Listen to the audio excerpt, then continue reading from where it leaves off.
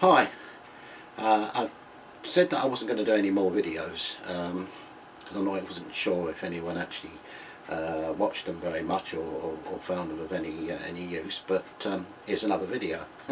Okay, I just wanted to do a little video on some of the things that I've picked up recently, which I think might be of interest to you, and I think you know that I actually like, well, I guess we all like cheap, but not cheap as in cheap and tacky and not fit for purpose, but cheap as in good value for money photographic items. So let's get started. I'll just move out of the way. First of all, this is a very simple thing that I've done to my 30mm M-Zuiko macro lens. Now, I always like to fit lens hoods, just a matter of preference, and this is no exception. It doesn't come with a hood, but when choosing a hood for this, because it's a macro lens, as I said, and but it doubles also, of course, as a really nice sharp 30mm lens. This thing actually focuses down to 1 centimetre, I think it is. It's incredible. So apart from changing the lens cap, which is again something I do quite a lot of, because I like these centre pinch caps, especially when you've got a hood on. And with this particular lens, I've added one of the rubber collapsible hoods, and the reason I chose that is because when it's in this configuration with the lens hood down, and I want to use it as a macro lens, I don't want a hood, because this thing, I said, focused down to 1 centimetre, so you don't really, you're restricted then as to how close you can get by the hood. So with the hood down, of course, when I use it as a standard 30mm lens, then of course I can just put the hood out as I just did. So that's a very simple, very sort of cheap modification or addition to that when choosing a hood. Another thing I've done with all my lenses, including this one, you'll see, is just add a little Dymo label on the front there, which gives you the focal length of the lens, just so if they're in your bag and you're trying to hunt around. So that's easy done. And I know you can buy lens caps with fancy ones with printed focal lengths on and so on, but this is cheap and it's effective, so I've done that with all the lenses. And whilst on the subject of lenses, I picked up 2 lenses recently, which are both made by a Chinese manufacturer, which you may well have heard of, which is called TT Artisan, and they're both manual focus Micro Four Thirds lenses. This one I've added a screw-in lens hood on the front there, and my obligatory centre pinch cap. But the actual lens itself, they're both metal constructed. They're actually quite weighty relative for a Micro Four Thirds lens of this sort of focal length. I think they're quite weighty, quite substantial. Not overly so, but you know you've got it. They're metal construction, as I said. On the front you've got your aperture ring, f1.4 to f16, and on the back there you've got a depth of field scale on the bottom near the lens mount. The other lens, which is in exactly the same range and pretty much the same styling, is this one. This tiny little, there you go, tiny little 35mm lens. Now, like that one, they both come with these. I haven't replaced it on this one as yet. They come with screw-in lens caps. I suppose it's retro, but I don't like it. I much prefer the snap-on lens cap, so I will be changing that. But just to show you how it comes, again, exactly the same aperture scale on the front here. This one, I think the actual click stops are much more defined than they are on the my 17mm lens I just showed you. They seem a little bit vaguer on there, but that's not a problem in any shape or form. But again, depth of field scale around there. I will be adding a hood, and I will be changing that lens cap, but that's a matter of personal preference. But the main thing about those lenses I started off by saying I like cheap. Well, I do. I think we all like cheap. Is the value for money. I'm hard pressed to fault it. The two lenses together, I think, came out at around about £200, circa £200, which I think is good value. But none of that is actually any good if the lenses themselves aren't any good, and they are. I've taken them for a photo walk recently, down the coast from where we live, and I'll put a few pictures at the end of the video I'll cut in that I've taken with the two lenses on that photo walk. And they are very, very sharp. They really are.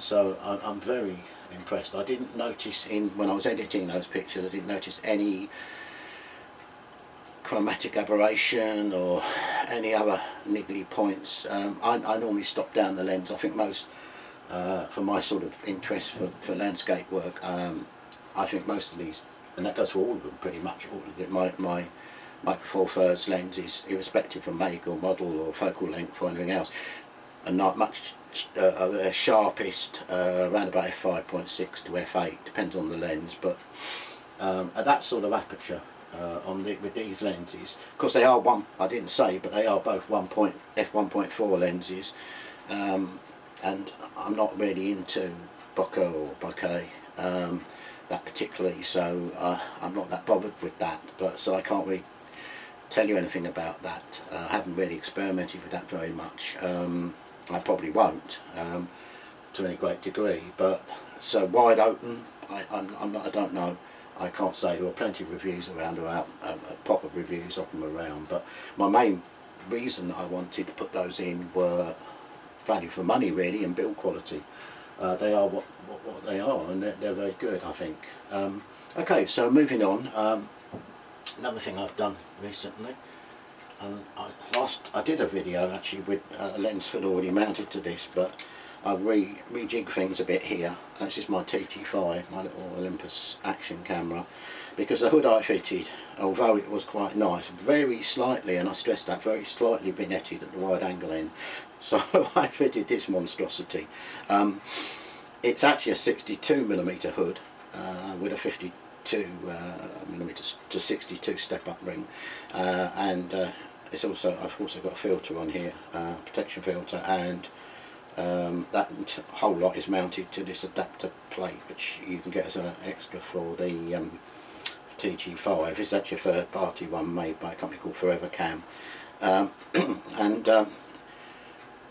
as I said, I like lens hoods. I think they really do help, especially as I'm most likely to use this when travelling, and travelling in bright sunlight, hopefully.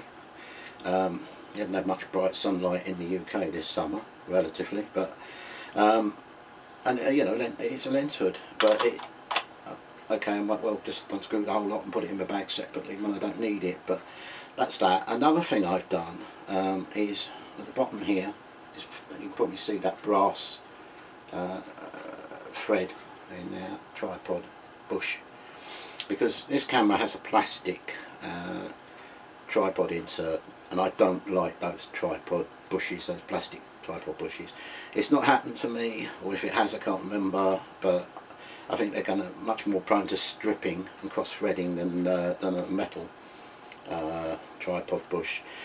They actually came, you can buy them separately. I bought a couple of spares with a half case that I had for another camera, and it just screws in there, so sort of male tripod screw into the camera, and obviously a standard tripod thread in there, so it just stands it off a bit and saves that thread potentially. So okay, so that was that.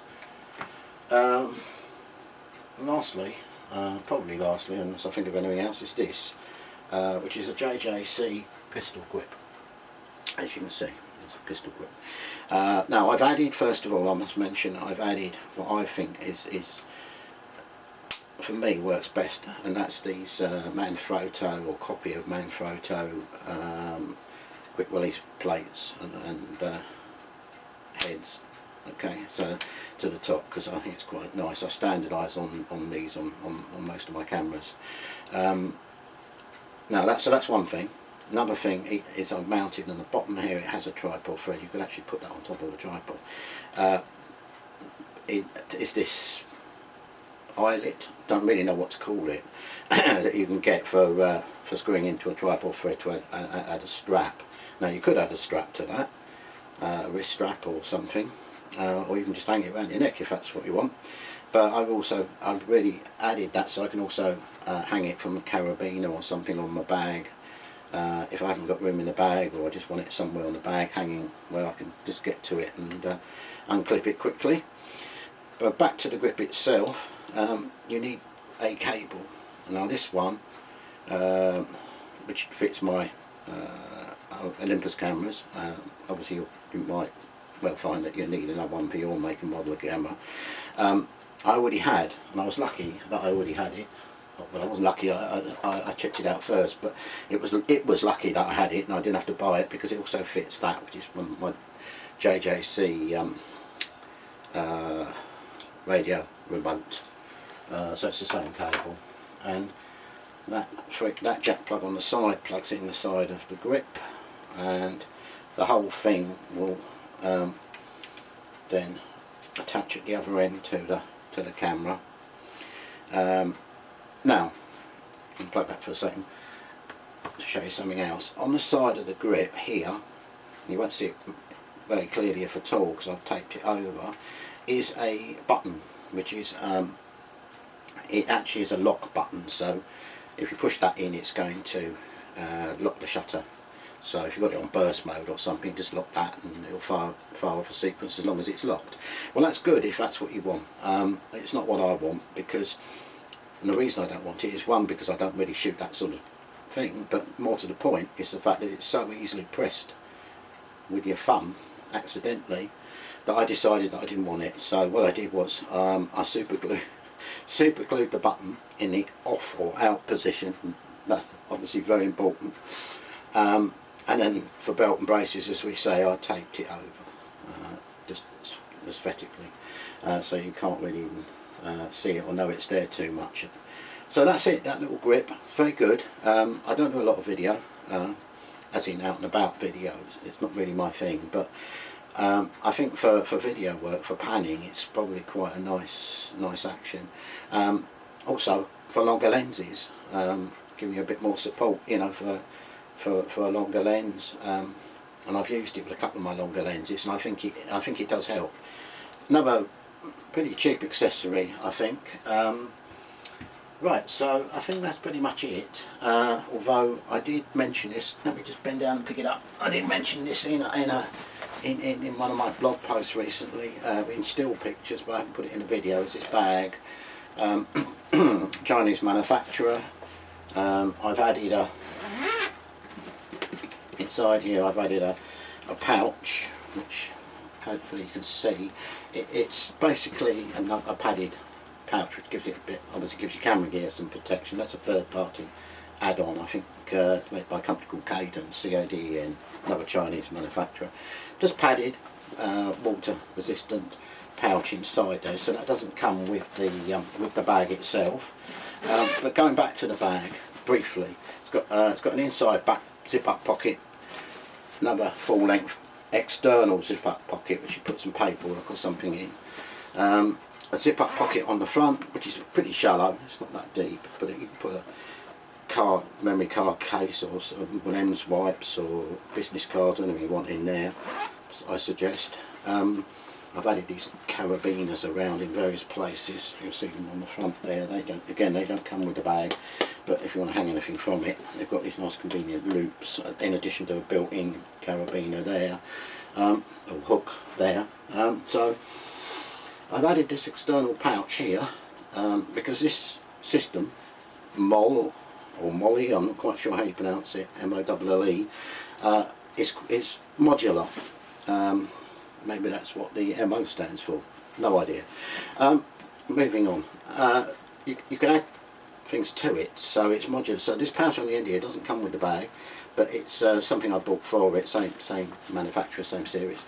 And this is actually got some internal pockets, mesh pockets, elasticated pockets, but it's also designed primarily to take a mobile phone. Going back to the bag, you've got these loops here, which I've actually put some cable ties around, because I don't think I have a use for those. It's got two pockets, I should say, on the front here. There's this smaller one which I put some sunglasses in if ever I get a chance to wear them again, and a bigger pouch behind it, accessible by this buckle clip, and then you've also got a pouch pocket. I keep calling them pouches, they're actually not, they're pockets on the end here, which is useful for housing a few things. And again, these loops for other pouches if you want to add another pouch to the other end, similar to what I've done there at that end. Now, I think that bag was about £35. I'm honestly not sure, but I know it wasn't expensive. Now, it's not going to last a lifetime, I suggest. If it does, I'd be delighted to be wrong. However, for the value for money, that sort of thing, I think it's very good.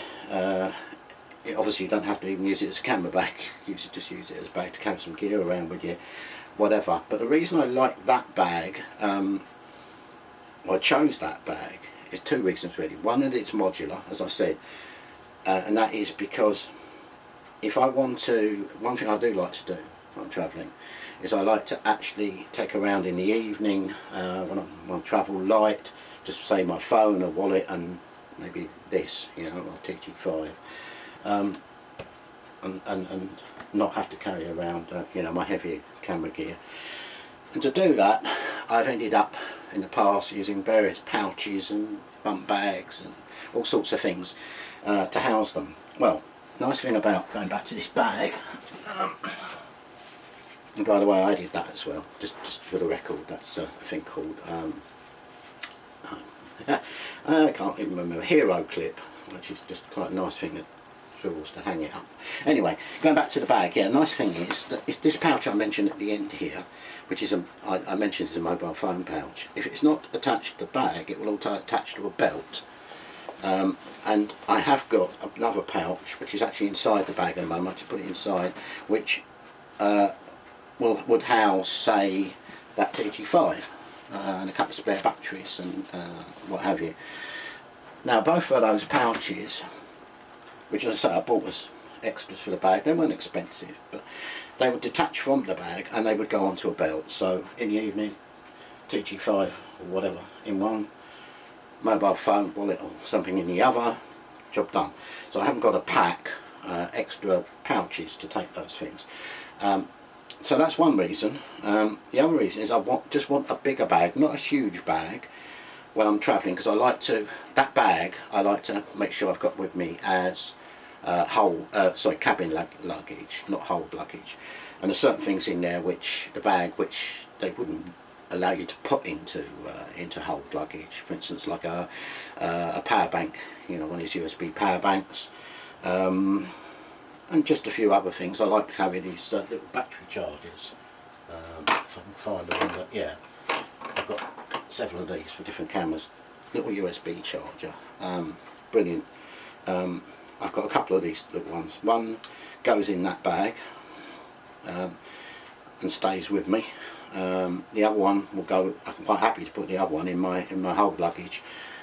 So if my hold luggage, I'm travelling to France, for instance, and it ends up in Istanbul, I've got a charger with me and a power bank to charge it, at least for a period of time anyway.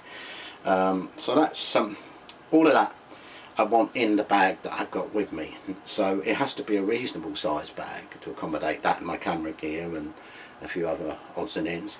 But I don't want anything huge, again, because it's got troubles with cabin luggage, so I don't want, I'm not even allowed to have anything too big. And I don't want it either, so I can decant some of that stuff, like my TG5, a battery pack, whatever I want to do, and put into those, you know, from those smaller pouches, and then got them for the evening or any other time I want to travel light. Because my preferred bag as you've seen before, or style of bag, are these. Now these I paid about, I think it was £9 each for. Again, I think they're a real nice little bargain. They're Manfrotto or Manfrotto bags. I thought I'd get a few while the going's good, because at that price the going was very good. And they're small, they're tiny. I've got a camera, three lenses in that one, micro four thirds. Because that is the sort of bag I want to carry, and the sort of weight and size that I want to carry around with me all the time. Some battery, spare batteries in there, and a couple of lens wipes, and that's it. You can see how light it is. But that is too small to take on away with me, unless I want to take yet another bag as well as that, and I don't. Or, you know, if I do have to have another bag, then I'm going to have something to put my phone in. I'm going to have something to maybe put a power bank or something in, and that's a bag or another bag or a bag in a bag. But I think that's quite a nice system, that larger camera bag that I showed you. I don't even know if it's specifically made as a camera bag. I don't think it is. I think it's a general purpose bag, and I've chosen to, given my interest, to use it as such. Going back to the grip, and this is a final thing I forgot to mention, is that on there, as on top there, I mentioned that I fitted the Manfrotto quick release system plate, whatever. Another thing I can do is mount that instead. That is a little, as you can see, it's a ball head with a quick release plate, which actually belongs to a slick tabletop tripod I've got, so that could go on there as well, or as an alternative. Okay, so there's a few things. None of those things were, in relative terms, very expensive, but they're all little things that I picked up recently, which I wanted to share with you in case it's of interest. We'll see what I do about producing another video. I don't publicise the videos that much. I put them on my blog, and I obviously they're on my YouTube channel, which is where you're watching them, but we'll see. But anyway, hope that was of interest. Thank you as always for watching, and stay safe, and maybe I'll do another one. Bye for now.